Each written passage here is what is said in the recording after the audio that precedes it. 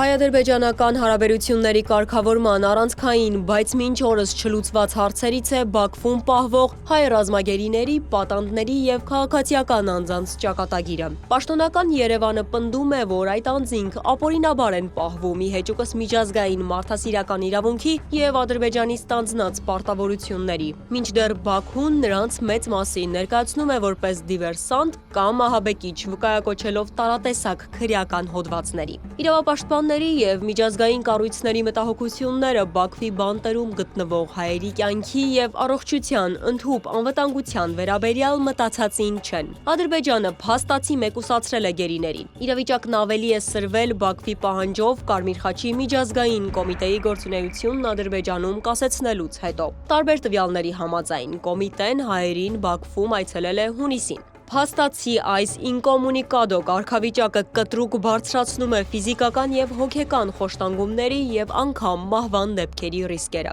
Հայաստանը գերիների հարցը բարձրացնում է տարբեր մակարդակներով։ Թեման ակտիվորեն քննարկվում է նաև միջնորդների, ԱՄՆ-ի ու ԵՄ-ի պաշտոնյաների մասնակցությամբ հանդիպումների ժամանակ։ Գերիների ազատ արձակումը հայկական կողմի համար հումանիտար գերակախնդիր է, որը նաև կարևորագույն քայլ է համարվում երկու երկրների միջև վստահության մթնոլորտ ստեղծելու գործընթացում։ Մինչդեռ Ադրբեջանը հաճախ փորձում է գերիների հարցը կապել այլ քաղաքական հարցերի, օրինակ սահմանազատման կամ կապուղիների ապաշրջափակման հետ, օգտագործելով այն որպես լծակ։ Այս պայմաններում իրավապաշտպանները կոչ են անում միջազգային հանրությանը դիմել երրորդ երկրների միջամտությանը, որոնք կարող են առավել մեծ ազդեցություն ունենալ Բաքվի վրա։ Ու թեև այս հարցը պարբերաբար բարձրաձայնվում է, բայց էական տեղաշարժ չկա։ Ադրբեջանական կողմը պաշտոնապես հաստատել է 23 հայ գերիների մասին տվյալները։ Իրավապաշտպանները նշում են, որ կան բազում անհետ կորածներ և ավելի քան 80 բռնի անհետացման դեպքեր։